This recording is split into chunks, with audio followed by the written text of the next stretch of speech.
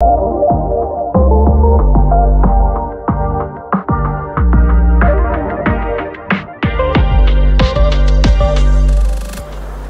Hello नमस्ते मंडळाची family. आज आहे आपला breakfast, no lunch, no dinner, पण हे सगळ्या वस्तू त्यात येतात असं ही म्हणते। नाव नाही सांगितलं तिने मला अजून, म्हणजे गेस कर।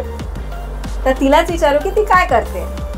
आज तुला मी एक नवीन रेसिपी म्हणजे वरण भात पण नाही, भाजी पोळी पण नाही, तुला जे सगळं प्रोटीन जे आहे सगळं आहार तो एका डिश मध्ये येईल तशी रेसिपी मी करूनणार। आणि ते पोटभर पण होणार, तुला भूक नाही लागणार संध्याकाळपर्यंत। बरं ठीक आहे, चल मग बनवूया। आणि याचं नाव जे आहे ते मी तुला शेवटी सांगणार। सगळ्यात डिश रेडी झालाय, चालेल।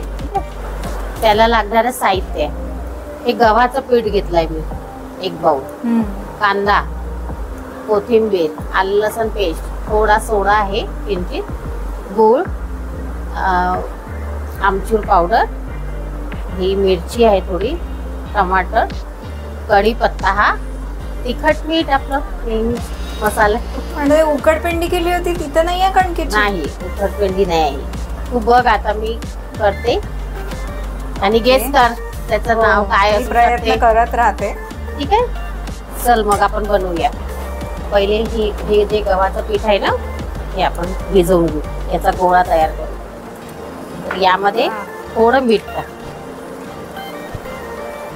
अर्धा चम्मच, आणि थोडं तिखट, हळद, लाल तिखट,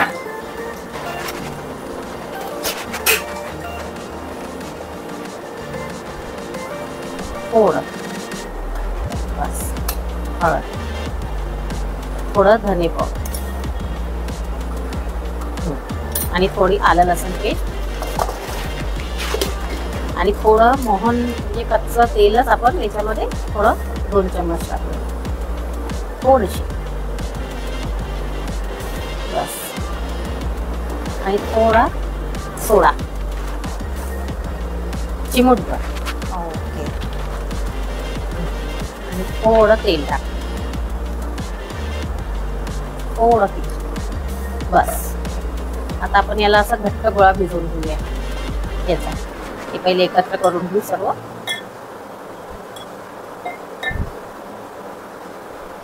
आणि याचा गोळा भिजवून घेऊ घट्ट। थोडं पाणी, थोडं थोडंच टाकायचं, एकदम नाही टाकून द्यायचं पाणी। म्हणजे आपण जशी साधी कणिक कशी मळतो तशासारखंच, पण त्यापेक्षा थोडं हलकसं कडक, एकदम पण नाही, थोडं टाकतो।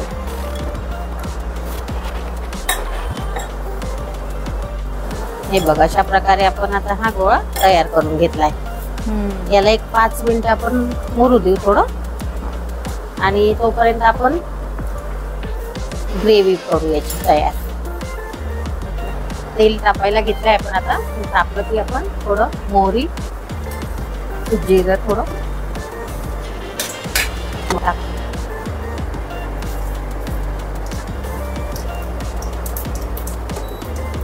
थोडं जिरं, आणि कढीपत्ता थोडा,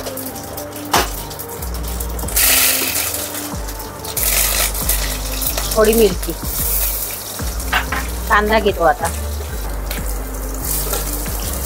अर्धा टाकायचा, बस।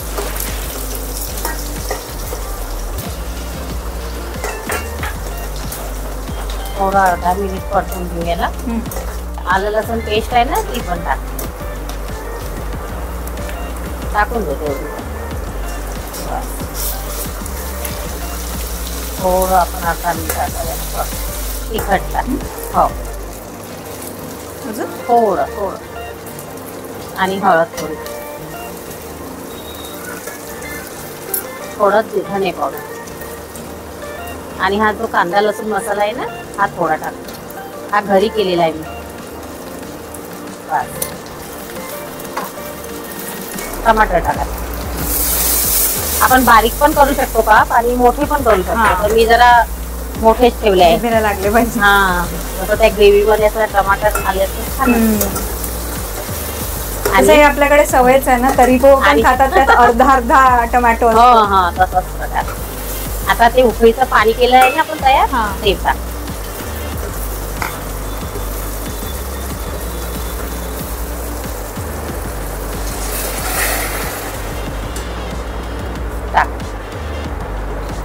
हे आपल्या आवडीनुसार आहे पाणी. जसं जास्ती ग्रेव्ही पाहिजे असेल तुम्हाला तर तुम्ही वाढवू शकता त्याच्यामध्ये पाणी वगैरे. आता चवीनुसार मीठ थोडं, थोडं आमचूर पावडर आणि गूळ टाकते. हे पण आवडीनुसार, जसं जास्ती गोड पाहिजे असेल तुम्हाला थोडं तर वाढवू शकता गोड त्याच्यामध्ये. आणि छान याला उकळी येत आहे. आता आपण तोपर्यंत ते करायला घेऊ. आता जे मगाशी पीठ भिजवून ठेवलं आहे ना ते. थोडं तेल दे मला, एवढंच तेलाचा हात घ्यायचा बस.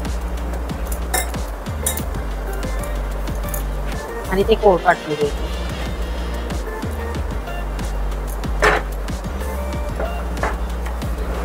याला थोडं तेल लावून घेऊ बस, म्हणजे ते कणिक वगैरे जे चिकटायला नको म्हणून.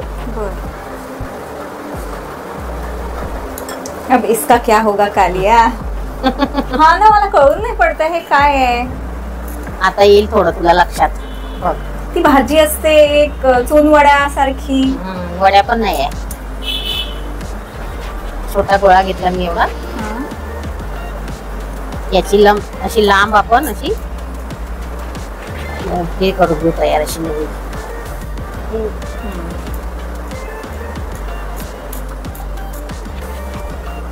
जाड बारीक आपल्या याच्यावर आहे करायचं. याला आपण करू शकतो बारीक, अजून बारीक करू शकतो. येत आहे काही लक्षात? नाही, अजूनही नाही आलं ना. मंडळीला हे लक्षात येत नाही काय रेसिपी आहे. तर तुम्हाला समजा लक्षात आलंच असेल तर ते आम्हाला जरा कमेंट मध्ये लिहून पाठवा. ही काय कलाकारी आहे नवीन? तुला अजूनही लक्षात नाही आलं का? नाही. चल मग मी आता सांगूनच देते नाव. हे आहे शेंगोळे, माणिक पैजण. याला वेगळे वेगळे नाव आहेत असे, पण आपल्याकडे विदर्भामध्ये जास्ती याला शेंगोळेच म्हणतात.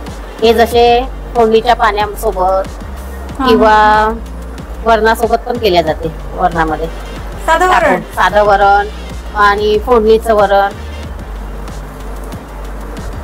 म्हणून तू म्हणाली की ही ब्रेकफास्ट, लंच, डिनर सगळ्याच गोष्टीसाठी कामी येते. All in one. All in one म्हणजे वेगळं तुम्हाला वरण भात भाजी पोळी खाण्याची काही जरूरत नाही. आता माझी एक्साइटमेंट लेवल तर अजून वाढली आहे की हे असं मी ऐकते पहिल्यांदा. तुम्ही नक्कीच पाहिलं असाल, ऐकलं असाल. माझ्या लहानपणी माझी आई साध्या वरणातले करायची आणि आम्हाला नाही का काय त्याला जिलेबी म्हणून म्हणायचे. अरे वा, हो हे खरंच. पण म्हणजे याचे आपण कुठले पण शेप करू शकतो. कुठले पण. मी तुला एक वाटलं जिलेबीचा पण शेप करून दाखवते.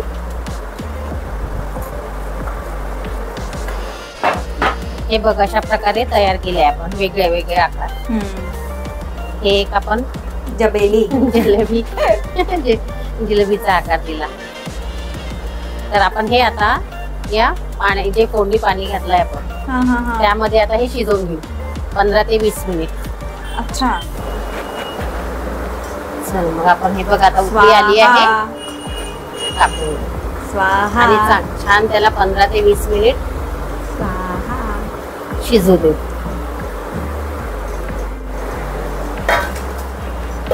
थोडी कोथिंबीर पण टाकून द्यायच्यावर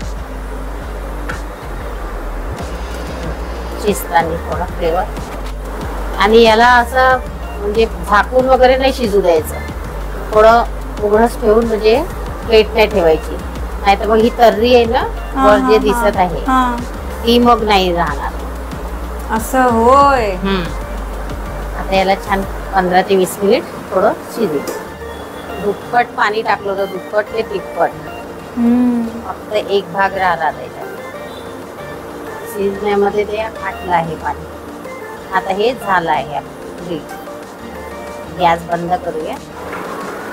थोडी कोथिंबीर टाकूया वगैरे. सर्व करूया.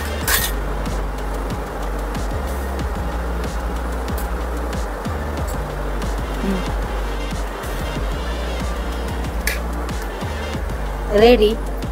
हा आहे माझा इंडियन मंचाव सूप. पण हे खूप गरम असेल. तोपर्यंत नेहमीचं आपलं तेच की आमच्या रेसिपीजला, प्रयत्नांना लाईक करा, कमेंट्स करा की तुम्हाला आधी कळलं होतं का हे, कारण मला नव्हतं कळलं की काय आहे नेमकं ते. पण हिने सांगितलं मग मला आलं लक्षात. आता खाऊन पाहिल्यावर अजून जास्ती चांगलं लक्षात येईल.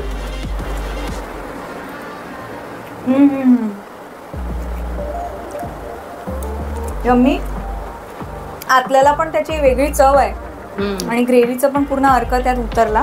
आपण पिठामध्ये पण टाकलं होतं ना थोडं. इतकं सॉफ्ट आहे. मी हे पूर्ण संपवते आणि सबस्क्राईब करायला विसरू नका. चॅनलला लाईक करा, शेअर करा, कमेंट करा, म्हणजे आम्हाला पण समजलं पाहिजे की तुमच्या काय रिॲक्शन आहे बा. त्याआधी तुम्ही बेल आयकॉनला प्रेस करायला विसरू नका आणि नेक्स्ट एपिसोडसाठी रेडी राहा. विचार करा पुढे काहीतरी सण आहे आपल्याकडे, तो काय आहे. Bye bye.